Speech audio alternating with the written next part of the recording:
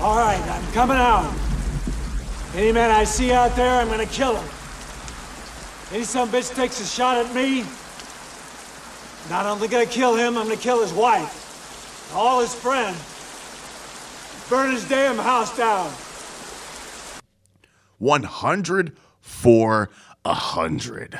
The podcast wherein I take 100 films that I think all you new movie watchers out there, or even a couple of you vets might add some slip through the cracks.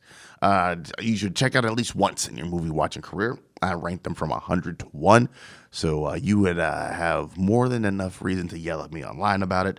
And each one is accompanied by a 100-word review. That's how you get the title for the show, 100 for 100, and a podcast that drops daily, starting at January 1st, leading all the way into early April. Somewhere around there, early April. Now, yesterday we talked about Psycho, number 36 on our list, Alfred Hitchcock. If you've never seen it, do yourself all the favors. Sit down and check that out. Today we switched genres from the thriller. That's what you want to call it, horror, thriller. Still not sure what the difference is. And we go over to the Westerns. And if memory serves, this is the last we will see of the Westerns. Don't quote me on that, but I'm pretty sure that's right.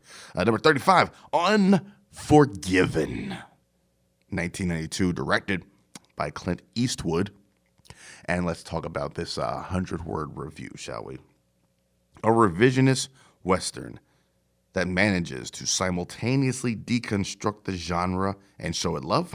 Unforgiven is one of Clint Eastwood's finest films, both in front of and behind the camera.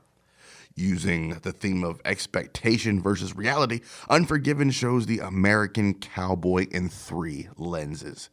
A man who talked the talk but didn't walk the walk, English Bob. A man whose bite was as bad as his bark, Bill Daggett. And a man who far surpassed the legends about him, William Money. Add Morgan Freeman in a stellar supporting role, and the elements are there for a violent third act. Oh, man. I am on record as saying the Western genre and me don't exactly mix all that well. I don't really fuck too hard with the Western genre. But there are a couple of notable standouts. Obviously, The Good, the Bad, the Ugly, which we talked about a week and some change ago, maybe. 310 to Yuma, the remake.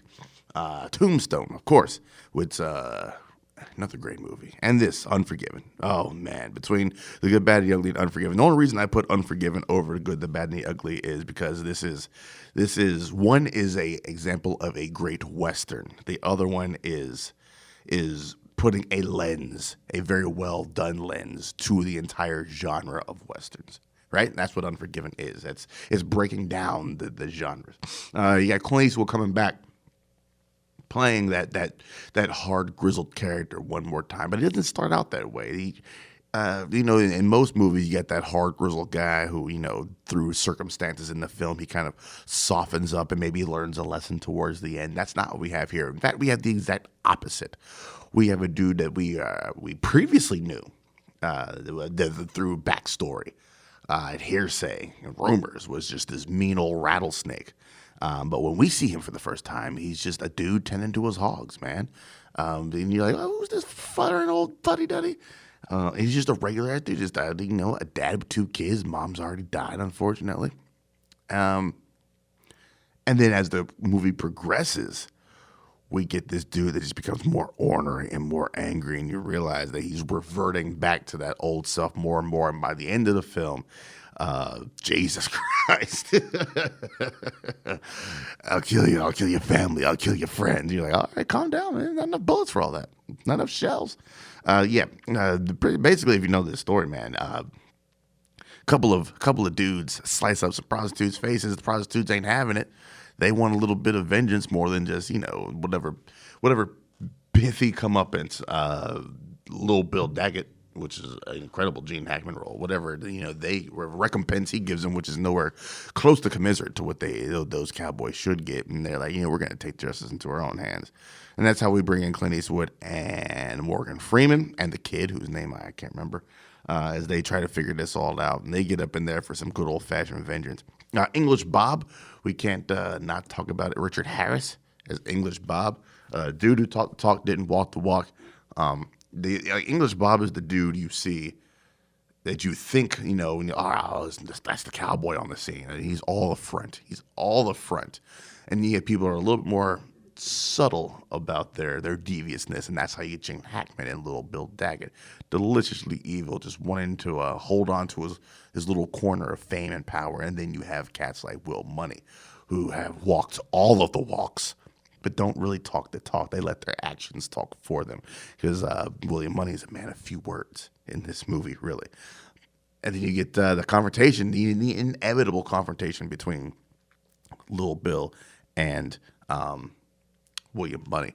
And yet, Little Bill's agency is elevated because he exposed English Bob for the fraud that he was, kicked him out of his town, sent him back, and stole his publicist. And yeah, that's you get the agency up for that. So when it comes down to Little Bill versus William Money, and they're two old men, so it's not going to be like this crazy shootout of a scene. No, this is very, very quick, very efficient. Kind of like Clint Eastwood was directing in this movie.